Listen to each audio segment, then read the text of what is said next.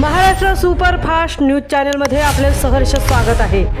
खास सत्याची थार लेखणीची महाराष्ट्रातील ताज्या आणि वेगवान बातम्या पाहण्यासाठी आपल्या हक्काचे चॅनल शेअर करा, लाईक करा आणि सबस्क्राईब करा।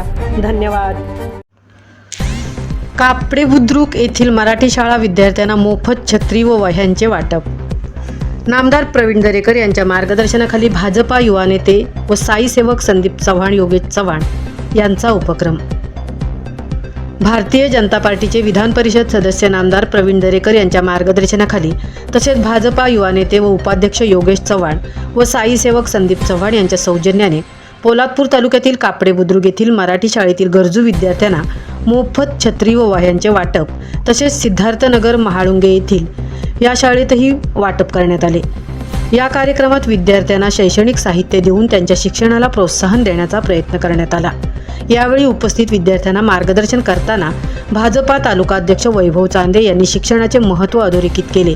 ते म्हणाले, शिक्षण हे वाघिणीचे दूध आहे, जे जितके आत्मसात कराल तितके करून समाजाच्या विकासासाठी ते उपयोगात आणले पाहिजे।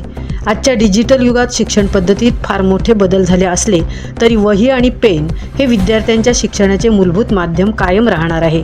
तसेच भारतीय जनता पार्टीच्या माध्यमातून शिक्षण व सामाजिक शैक्षणिक क्षेत्रात सातत्याने विविध उपक्रम राबवले जात असून विद्यार्थ्यांच्या सर्वांगीण विकासासाठी पक्ष कटिबद्ध असल्याचेही त्यांनी यावेळी सांगितले।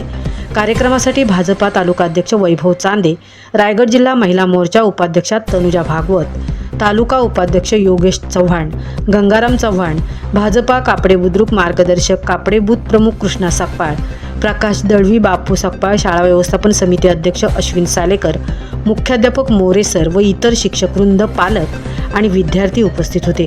कार्यक्रमाबद्दल विद्यार्थ्यांनी व पालकांनी समाधान व्यक्त करत आयोजकांचे आभार मानले।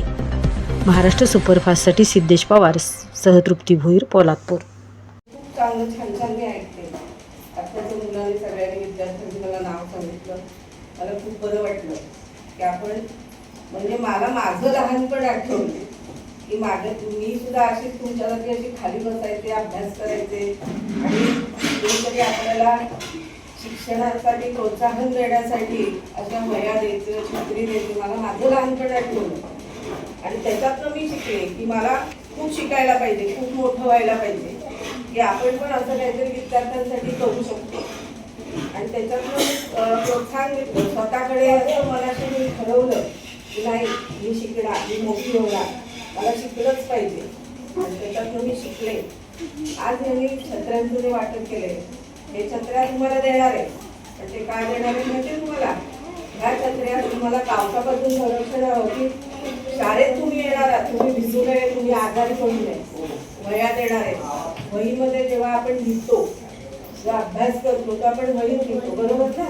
मग वहीमध्ये आपण जे लिहितो ते आपल्या लक्षात राहिलं पाहिजे, त्याचं पाठांतर झालं पाहिजे, बरोबर? शिक्षक हे तुमच्यासाठी झटतात, बरोबर ना? या छत्र्या आम्ही तुम्हाला देणार, का देणार तुम्हाला छत्र्या?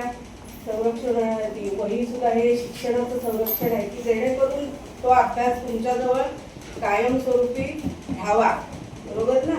हां, मग इथून पुढे आता तुम्ही असं ठरवायचं की आपल्याला छत्री दिलेली आहे, आपलं संरक्षण पावसापासून होणार आहे, शिक्षण आपल्याला मिळणार आहे, शिक्षक शिकवणार आहे, ते वहीत आपण लिहून घ्यायचं, आपण पाठांतर करायचं आणि खूप मोठं व्हायचं।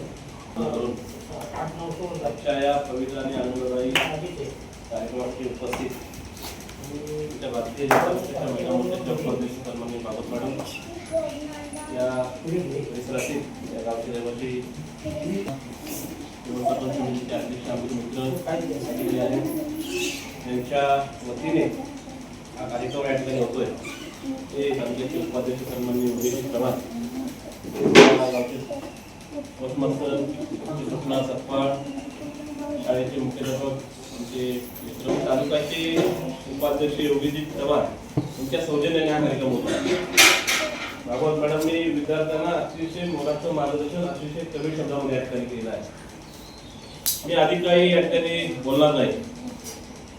विद्यार्थ्यांना एवढं सांगेल की डॉक्टर बाबासाहेब आंबेडकर यांचे एक वाक्य आहे, शिक्षण हे वाघिणीचं दूध आहे, जो कोणी ते प्राशन करेल तो गुरुकुलाशिवाय राहणार नाही। मॅडम सांगितले की अनेक आपण पाहतोय परिसरात तालुक्यामध्ये विविध संस्था ज्या आहेत, सेवा संस्था आहेत, काही समाज उपयोगी संस्था आहेत. आज अनेक ठिकाणी ती स्पर्धा सुद्धा निर्माण झाली असं म्हणजे वापर ठरणार नाही. शाळेतील विद्यार्थ्यांना साहित्य वाटपाचा कार्यक्रम आज अनेक ठिकाणी होतात. मॅडम सांगितलं आज छत्रीचं वाटप आहे, वह्यांचं वाटप आहे.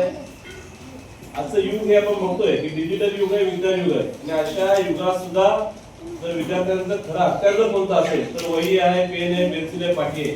तरी किती जरी तुम्ही डिजिटल झालात तरी वही पेन शिवाय तुमचं शिक्षण हे पूर्णच होत नाही.